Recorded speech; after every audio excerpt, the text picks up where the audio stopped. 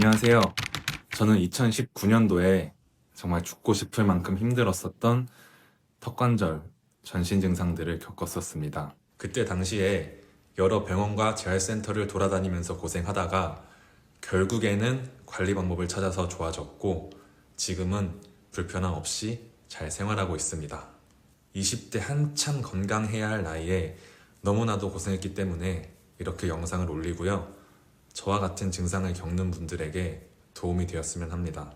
그때 당시 증상들을 생각해보면 오픈바이트, 하악 밀림, 상악 떨어짐, 악궁 좁아짐, 어금니 쓰러짐, 그리고 턱관절을 비롯해서 전신에 통증과 불균형이 느껴졌고요. 위장장애랑 피부 질환까지 심했었습니다.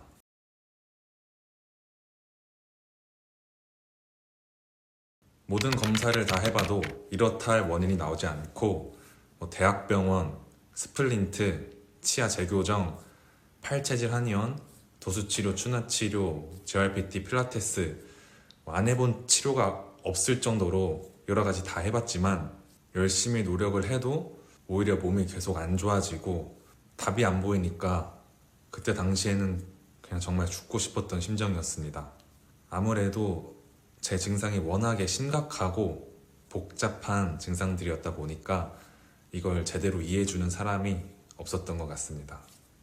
지금 제가 턱관절 전신 증상이 생겼던 원인들을 생각해보면 턱관절을 지탱해주는 이 주변 근육들, 이 근육들의 기능이 상실되면서 턱을 잡아줄 힘이 없으니까 아래로 떨어지고 뒤로 밀리게 되고 뼈대를 잡고 있는 힘이 없어지니까 오픈바이트와 같은 골격의 구조가 변형되는 증상도 나타나게 된 것이라고 생각이 됩니다. 이렇게 턱관절이 무너지면서 전신의 근육과 균형이 다 무너지게 되고 그 다음부터는 여러 증상이 다 터져나오게 된 것 같습니다.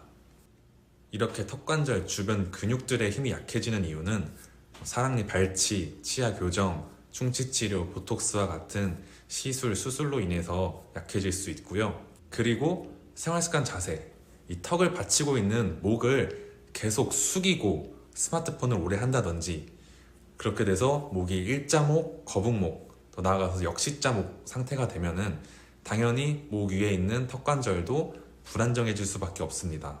이렇게 체형 불균형과 치과치료 부작용이 합쳐져서 무시무시한 턱관절 전신 증상이 생겨날 수 있는데요. 하지만 체형 불균형만으로도 턱관절 전신 증상이 생길 수 있습니다. 그렇다면 이러한 증상들이 어떻게 좋아지게 되었느냐에 대해 말씀드리고 싶습니다.